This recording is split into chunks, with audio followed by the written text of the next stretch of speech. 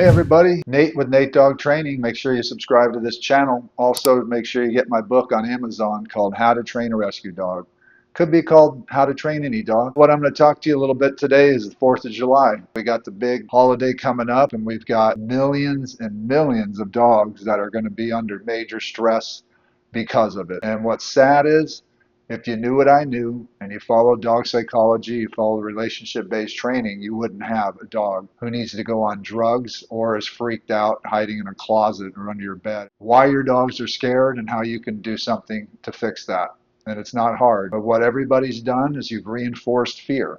And what that means is when your dog first heard the fireworks, if you got a puppy at 8 weeks old, they weren't scared of fireworks then. So what happened was the first time they heard it, every dog usually is kind of like that, right? Gets what second that you pet them or you said it's okay and reach down and pet them, that's the day you locked in that they're supposed to be afraid of a thunderstorm. In my book, there's a chapter on this and it really gets in depth. But right now I'll talk about real quick how dogs learn is conditioning. So what happens is the state of mind is what they're locking in, positive, negative. So what we're talking about here, if this dog right here, Holly Jolly, right now fireworks happened and she got scared and I said it's okay and pet her, she's going to lock in that sound is a negative and I'm supposed to be scared of it because he told me, my owner told me it's okay and petted me. They don't learn like you think they learn. You can't comfort them through fear. People you can, but you can't a dog, an animal. So what you're doing is making cause and effect. That sound, your dog, cause and effect. They hear it, you say it's okay to be like this. That's what every time they hear that sound, they're going to do this. Imagine if you ignored them and you didn't do anything. Here's what would happen. Nothing. They'd eventually move on from it.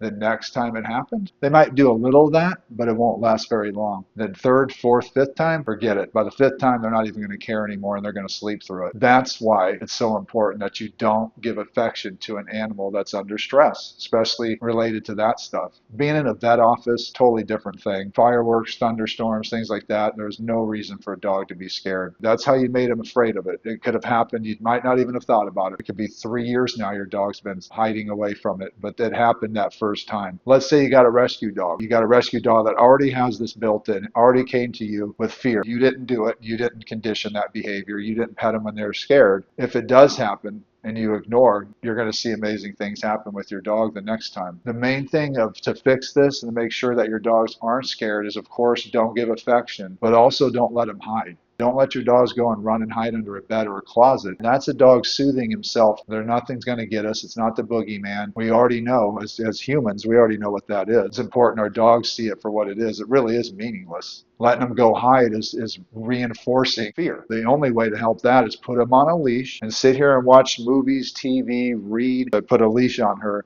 And I would sit over here in my chair and I'd pull the bed over here and she'd have to be on leash. And at least that way she can't go avoid, because then you're allowing them to avoid something that should not be avoided. It's nothing. Make sure that you use a leash. You can close doors so they can't. But what we don't want is a dog pacing. Pacing only makes them worse. It makes them more anxious. So you got to stop the pacing. That's why the leash is so great. If you had a leash and a dog that was on by your chair laying while you watch TV during the fireworks, if you do that, the next year, if you had to do it, by the third year wouldn't have to have a leash and your dog would sleep like that anywhere in your living room, even with the biggest sounds going off. Or if it does, they move, they look, and then they pretty much go back to resting. It's natural to maybe be curious, look for a sec, but then know that it's nothing, because we've got this. There's nothing to be afraid of. So that's how you can help your dogs on 4th of July. Dog psychology overrides drugs all day. If drugs worked, we wouldn't have a problem with any of this stuff. We wouldn't have major fears, major phobias, major insecurities. All that stuff comes from us not providing leadership and making sure our dogs feel safe and secure. Our shelters would be half full. Make sure you like and subscribe. Check out those other videos. We'll see you soon.